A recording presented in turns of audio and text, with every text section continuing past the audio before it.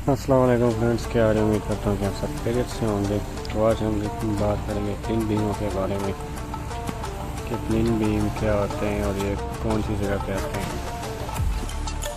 ये तो प्लिन बीम का हमारे पास जो सेक्शन है वो हमारा FFL मतलब फ्लोर फिनिशिंग लेवल से हमारे पास 100 नीचे आ रहा है, क्योंकि 100 हमारे पास आ जाएगा और फिनिशिंग जो मार्जिन हमने रखा हुआ है उसके नीचे हमारा प्लिन बीम का लेवल आ रहा है। ये जो रेड टेप है आपको कानों पे लगी नज़र आ रही है, हमारे पास FFL की लगी हुई। इससे नीचे हमारा जो बीम आएगा वो 100 के मार्जिन पे हमारे पास आ जाएगा। कहीं पे ड्राइंग में 7.5 भी होता है, कहीं पे 10 सेंटी भी होता है। वो अपने सेक्शन के हिसाब से और बाकी जो साइड पे रोड लेवल वगैरह उसके हिसाब से देख के वो फिर अक्सर होता है।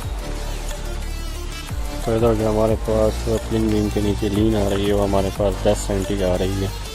ये भी ड्राइंग के सेक्शन में दिया होता है, कहीं पर 150 भी आ रही होती है, मतलब 150 mm या 15 सेंटी कह सकते हैं उसको। और कहीं पे 100 mm भी आ रही है, कहीं पे 75 mm भी आ रही है।